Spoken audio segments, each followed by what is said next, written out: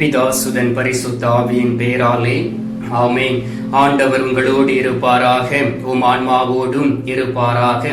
திருப்பாடல்கள் புத்தகத்தில் இருந்து வாசகம்.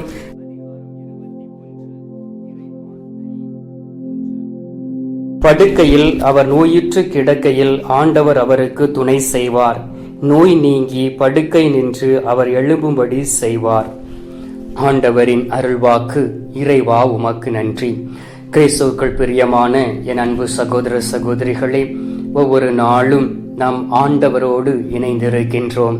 அந்த நாளை ஆரம்பிப்பதற்கு முன்பாக ஆண்டோடைய சமூகத்திலிருந்து நாம் ஜெபிக்கின்றோம். அது ஆண்டவர் நமக்கு கொடுத்திருக்கக்கூடிய மிகப்பெரிய ஒரு ஆசீர்வாதம். ஆண்டவர் இந்த நாளில் உங்களையும் என்னையும் பார்த்து சொல்லுகின்றார், வியாதி படுக்கையை மாற்றுவேன் என்று வாக்கு கொடுக்கின்றார். அன்பார்ந்தவர்களே, ஒரு மனிதன் நோய்வாய்ப்பட்டு விட்டான் என்றால் அவனால் இந்த உலகத்தில் மகிழ்ச்சியாய் வாழ முடியாது. அந்த மனிதனுடைய நோயின் நிமித்தம் அந்த குடும்பம் முழுவதும் உருகுலைந்து போகும். எனவே ஆண்டவராகிய இயேசு கிறிஸ்து நம்மை பார்த்து சொல்லுகின்றார், உன்னுடைய குடும்பம் மகிழ்ச்சியாய் இருக்க வேண்டும், உன்னுடைய குடும்பத்தில் அமைதி தங்க வேண்டும், உம்முடைய குடும்பத்தில் ஆசீர்வாதம் வர வேண்டும். அதற்காக நீ என்னிடம் அன்றாடக்கூடிய வேளையிலே உன்னுடைய வியாதி படுக்கையை நான் எடுத்து மாற்றுவேன் என்று வாக்கு கொடுக்கின்றார். அதைத்தான் அந்த நாளில் சங்கீத ஆசிரியர் வழியாக சொல்லுகின்றார். படுக்கையில் அவர் நோயுற்று கிடக்கையில் ஆண்டவர் அவருக்கு துணை செய்வார். ஆண்டவராகிய இயேசு கிறிஸ்துவால் மட்டுமே துணை செய்ய முடியும். ஏனென்றால் உள் உறுப்புகளை படைத்தவர் அவர், நம்மளை ஒரு மனிதராக உருவாக்கியவர் அவர். அவருடைய சாயலாக நம்மை படைத்து நம்மை போல் ஒரு சாதாரண மனிதராக இந்த உலகத்திற்கு கடந்து வந்து நமது மூதாதையர்கள் நடுவில் அவர் வாழ்ந்து அற்புதங்களையும் அடையாளங்களையும் செய்த ஆண்டவர் நம்மை முழுவதும் அறிந்திருக்கிறபடியினால் அவர் நம்மளுடைய வாழ்க்கையிலும் நம்மளுடைய உடலிலும் இருக்கக்கூடிய நோய்களையும் வியாதிகளையும் எடுத்து மாற்றுவார். பாருங்கள், ஆண்டவராகிய இயேசு கிறிஸ்து பேதுருவினுடைய வீட்டிற்குள் கடந்து செல்லுகின்றார். அங்கு அவருடைய மாமியார் காய்ச்சலாய் இருக்கின்றார். மத்தேயு நற்செய்தி 8வது அதிகாரம் 14-15 வார்த்தையில் சொல்லப்பட்டு இருக்கின்றது. காய்ச்சலாய் கிடந்ததை கண்ட இயேசு அவர் மீது மனதுருகி அவரை தொட்டு அவரை குணமாக்கினார் என்று சொல்லப்பட்டு இருக்கின்றது. ஆம் அன்பார்ந்தவர்களே, ஆண்டவராகிய இயேசு கிறிஸ்துவினுடைய தொடுதலை நாம் உணர வேண்டும். ஒருவேளை நீங்கள் மருத்துவமனையில் இருக்கலாம் அல்லது நோய்வாய்ப்பட்டு இருக்கலாம். நீங்கள் சம்பாதிக்கக்கூடிய பணத்தில் பாதி மருத்துவமனைக்கும் மருந்துக்கும் நீங்கள் செலவழித்து கொண்டு இருக்கலாம். ஏன் ஆண்டவரிடம் வந்து ஜெபிக்க நீங்கள் தயங்குகிறீர்கள்? நீங்கள் அப்படி ஜெபிக்கக்கூடிய நேரத்திலே உங்களுடைய வாழ்க்கையில் அந்த நோய் உங்களை விட்டு போக ஏதாவது காரியம் தடையாய் இருக்கிறது என்றால் அது ஒருவேளை நீங்கள் இளமை பருவத்தில் செய்த பாவமாய் இருக்கலாம், அல்லது உங்களுடைய தாய் தந்தையர்கள் செய்த பாவமாய் இருக்கலாம். அதற்காக நாம் என்ன செய்ய வேண்டும் என்றால் ஆண்டவருடைய சமூகத்தில் இருந்து நமக்காகவும் நம்முடைய பாவங்களை அறிக்கையிட்டு நம்ம தாய் தந்தையருடைய அந்த பாவங்களையும் அறிக்கையிட்டு ஜெபிக்கக்கூடிய நேரத்திலே ஆண்டவர் 100% உங்களை குணமாக்குவார். பாருங்கள் அன்பார்ந்தவர்களே, மத்தேயு நற்செய்தி 9வது அதிகாரம் 2-7 வரை உள்ள இறைவார்த்தை வாசித்து பாருங்கள். படுக்கையிலே ஒரு மனிதர் அவர் சுகமில்லாமல் இருக்கின்றார். அந்த நேரத்திலே அவருடைய நண்பர்கள் அவரை கட்டிலில் வைத்து அப்படியே தூக்கி கொண்டு ஆண்டவராகிய இயேசு கிறிஸ்துவுக்கு முன்பாக கொண்டு வருகிறார்கள். நண்பர்களுடைய விசுவாசத்தை கண்ட நம் ஆண்டவராகிய இயேசு கிறிஸ்து அவனுடைய நோயை குணமாக்கின்றார். உன் படுக்கையை எடுத்துக்கொண்டு நடந்து செல் என்று அந்த மகனிடம் சொல்லுகின்றார். அப்படியே ஒரு அற்புதம் அனைத்து மக்கள் நடுவிலும் நிகழ்ந்தது. இதுதான் நம் ஆண்டவராகிய இயேசு கிறிஸ்து.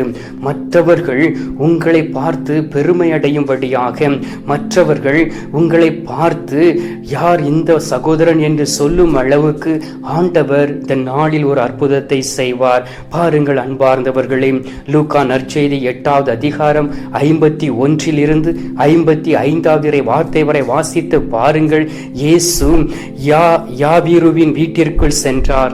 அங்கு இறந்து போன அவன் மகளை தொட்டு மரண படுக்கையில் இருந்து அவரை மீட்டு ரட்சித்தார். அவருக்கு ஒரு புது வாழ்வை கொடுத்தார். இறந்து போன சரீரம் உயிரை பெற்றது.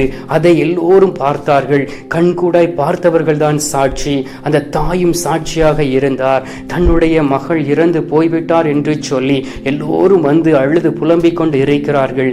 அந்த இடத்திலே ஆண்டவராகிய இயேசு கிறிஸ்து எல்லோரையும் வெளியிலே அனுப்பிவிட்டு ஒரு அற்புதத்தை செய்கின்றார். இதுதான் அன்பார்ந்தவர்களே, கடவுளுடைய பிள்ளைகளுக்கும் தேவையில் இருக்கக்கூடிய பிள்ளைகளுக்கும் ஆண்டவரை நோக்கி இரவும் பகலும் ஜெபித்து மன்றாடி கொண்டு இருக்கக்கூடிய குடும்பங்களுக்கும் ஆண்டவர் செய்யக்கூடிய ஒரு அற்புதமாய் இருக்கின்றது. அதே போல் யோவான் நற்செய்தி 5வது அதிகாரம் 1-14 உள்ள இறைவார்த்தை வாசித்து பாருங்கள். இயேசு பெதஸ்தா குளத்தருகே நோயினால் படுக்கையில் இருந்த ஒரு சகோதரனிடம் போய் நீ சுகமாக வேண்டுமா என்று கேட்டு அவரை தொட்டு அவர் குணமாக்குகின்றார். பாருங்கள் ஆண்டவராகிய இயேசு கிறிஸ்துனுடைய செயலை. அந்த மனிதன் ஆண்டவராகிய இயேசு கிறிஸ்துவை தேடி வரவில்லை. ஆண்டவராகிய இயேசு கிறிஸ்து 38 ஆண்டுகளாக நோய்வாய்ப்பட்டிருந்த அந்த சகோதரனை தேடி சென்றார். அதே இயேசு இந்த நாளில் உங்களையும் சுகமாக்க, உங்களுடைய வியாதியின் படுக்கையை மாற்ற உங்கள் படுக்கையில் அருகே வந்து நிற்கின்றார்.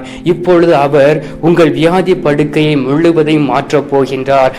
ஆண்டவராகிய இயேசு கிறிஸ்து ஒவ்வொரு மனிதனுடைய வியாதியின் படுக்கையை மாற்றுவார்.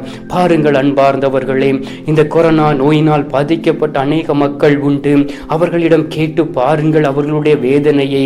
அந்த ஐசிவிலோ அல்லது அந்த கொரோனா நோயாளிகள் நடுவில் இருக்கும் பொழுது அவர்களுக்குள் இருந்த போராட்டம், என்னை பார்க்க யாரும் இல்லையே, எனக்கு யாரும் உதவி செய்ய வரவில்லையே என்று நினைத்து அவர்களுடைய தெய்வங்களை உறுதியாக பற்றி இருந்தார்கள். அன்பார்ந்தவர்களே, இந்த நாளிலும் உங்களுடைய வியாதி படுக்கை மாற்ற ஆண்டவர் சித்தமாய் இருக்கின்றார். இயேசு கிறிஸ்து உங்கள் வியாதி படுக்கையை முற்றிலும் மாற்றும்படியாக இந்த நாளில் உங்களுக்காக நான் ஜெபிக்க போகின்றேன்.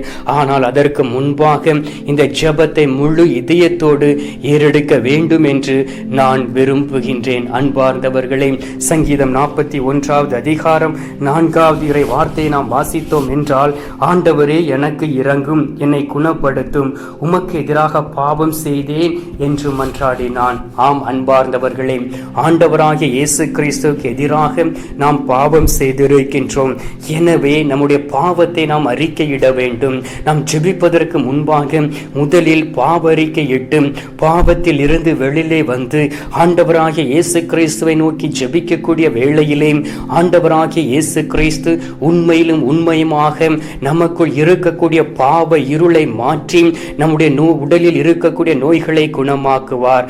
ஆண்டவருடைய வார்த்தை சொல்லுகின்றது, நீதிமொழிகள் 28வது அதிகாரம் 13வது இறை வார்த்தை, தன் பாவங்களை மறைக்கிறவன் வாழ்வடைய மாட்டான், அவைகளை அறிக்கை செய்து விட்டு விடுகிறவனோ வாழ்வு பெறுவான் என்று சொல்லி, ஆம் அன்பார்ந்தவர்களே, நம்மளுடைய பாவங்களை அறிக்கையிட்டு அதை விட்டுவிடக்கூடிய வேளையிலே முழுவதும் நாம் குணமடைகின்றோம். எனவே ஆண்டவருடைய வார்த்தை சொல்லுகின்றது, 1 யோவான் 1வது அதிகாரம் 7வது இறை வார்த்தை, இயேசு கிறிஸ்துவின் இரத்தம் எல்லா பாவத்திலிருந்து நமக்கு விடுதலை கொடுக்கும் என்று சொல்லி, எனவே உங்களுடைய பாவங்கள் மன்னிக்கப்பட்டு விடுமானால் இயேசு உங்களை சுகமாக்க எந்த தடங்களும் உங்களுடைய வாழ்க்கையில் வராது. எனவே இந்த நேரத்தில் என்னோடு இணைந்து சிறிது நேரம் ஜெபியுங்கள். ஆண்டவருடைய சுகமாக்கும் வல்லமை உங்களோடும் உங்களுடைய குடும்பத்திலோடும் உங்களுடைய பிள்ளைகள் நடுவிலும் யார் யாருக்காக ஜெபிக்கிறீர்களோ அவர்களுடைய வாழ்க்கையிலும் கடந்து வரும். எனவே சிறிது நேரம் கண்களை மூடி என்னோடு இணைந்து வல்லமையோடும் உற்சாகத்தோடும் பாவ அறிக்கையிட்டு ஜெபித்து வியாதியிலிருந்து வெளியே வரும்படியாக மன்றாடுவோமா? இந்த நேரத்தில் நாம் ஜெபிக்கலாம். எங்கள் பரலோக தந்தையே, இயேசு கிறிஸ்துவை தூயனல் ஆவியே, தந்தையே, இந்த அதிகாலையிலே உமக்கு நன்றி சொல்லி உம்மை துதிக்கிறோம். ஆண்டவரே, இந்த அதிகாலையில் எங்களுக்கு நீர் வாக்கு கொடுத்திருக்கிறே சுவாமி.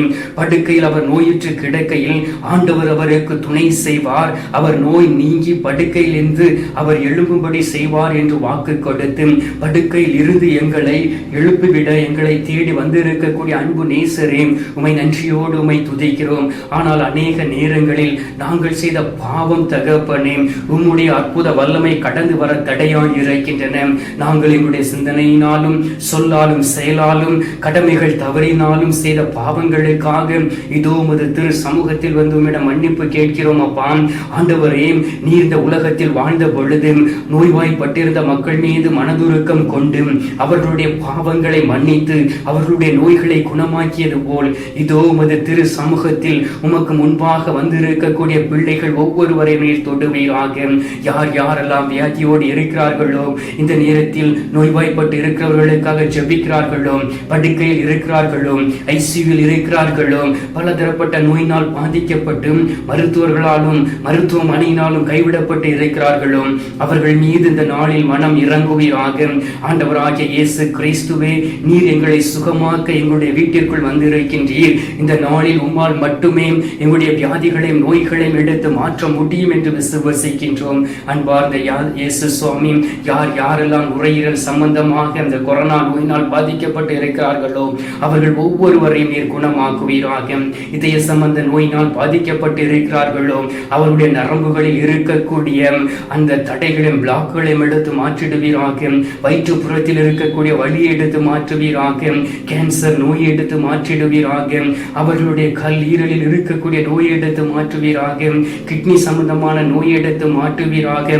அன்பார்ந்த இயேசு சுவாமி, அவர்களுடைய முதுகு புறத்தில் உள்ள வலிகளை எடுத்து மாற்றும்படியாக ஜெபிக்கின்றேன். இந்த கத்தோலிக்க காணொளியின் வழியாக யார் யாருக்காக விசுவாசத்தோடு ஜெபிக்கிறார்களோ ஆண்டவரே, அவர்கள் ஒவ்வொருவரையும் நினைவு கூர்ந்து அவர்களுடைய நோய்களையும் குற்றங்களையும் மன்னித்து முழுவதுமாய் குணமடைய செய்து நீர் அவர்களை சாட்சியாக நிறுத்திடும்படியாக ஜெபிக்கிறோம். சுவாமி தந்தையே, இந்த நாளிலும் கூட உமது பிள்ளைகளாகிய நாங்கள் உம்மை தேடி வந்து எங்களுடைய விண்ணப்பங்கள் எல்லாவற்றையும் உமது பாதம் வைத்து நாங்கள் விசுவாசத்தோடு காத்திருக்கிறோம். அப்பா, நீர் அற்புதம் செய்வீர் என்று நம்புகின்றோம், விசுவசிக்கின்றோம்.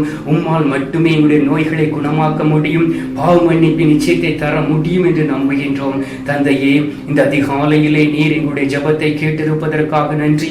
எங்களுடைய ஜபங்களை கேட்டு எங்களை தொட்டு ஆண்டவரே நோய் படுக்கை எடுத்து மாற்றியிருப்பதற்காக உமக்கு ஸ்தோத்திரம், ஸ்தோத்திரம், ஸ்தோத்திரம். மீட்பெரும் இரட்சகருமான இயேசுவின் திருக்கரத்தில் ஒப்புக் கொடுத்து ஜெபிக்கின்றோம் எங்கள் நல்ல தந்தையே, ஆமீன். பரலோகத்தில் இருக்கிற எங்கள் பிதாவே, உம்முடைய நாமம் அர்ச்சிக்கப்படுவதாக, உம்முடைய ராஜ்யம் வருக, உம்முடைய சித்தம் பரலோகத்தில் செய்யப்படுவது போல பூலோகத்திலும் செய்யப்படுவதாக. எங்கள் அனுதின உணவை எங்களுக்கென்று அளித்தருளும். எங்களுக்கு தீமை செய்கிறவர்களை நாங்கள் பொறுப்பது போல எங்கள் பாவங்களை பொறுத்தருளும். எங்களை சோதனை விழவிடாதையும் தீமையில் இருந்து எங்களை ரட்சித்தருளும். ஆமேன். அருள் நிறைந்த மரியே வாழ்க, கர்த்தர் உடனே பெண்களுக்குள் ஆசீர்வதிக்கப்பட்டவள் நீரே. உம்முடைய திருவயிற்றின் கனியாகிய இயேசுவும் ஆசீர்வதிக்கப்பட்டவர். அஜிஷ்ட மரியே, சர்வேசுடைய மாதாவை, பாவிகளா இருக்கிற எங்களுக்காக இப்பொழுதும் எங்கள் மரண நேரத்திலும் வேண்டிக் கொள்ளும். ஆமேன். பிதாவுக்கும் சுதனுக்கும் பரிசுத்த ஆவிக்கும் மகிமை உண்டாவதாக. ஆதியில் இருந்தது போல இப்பொழுதும் எப்பொழுதும் என்றென்றும் இருப்பதாக. ஆமேன். அன்பார்ந்தவர்களே, ஆண்டவர் இந்த நாளில் உங்களுடைய பாவங்களை மன்னித்து வியாதி படுக்கை எடுத்து மாற்றப் போகின்றார். எனவே அவர் தரக்கூடிய அந்த மெய்யான ஆசீர்வாதத்தை பெற்றுக்கொள்வோம். எல்லாம் வல்ல இறைவன் பிதா, சுதன், பரிசுத்த ஆவி உங்களை ஆசீர்வதிப்பாராக. ஆமேன்.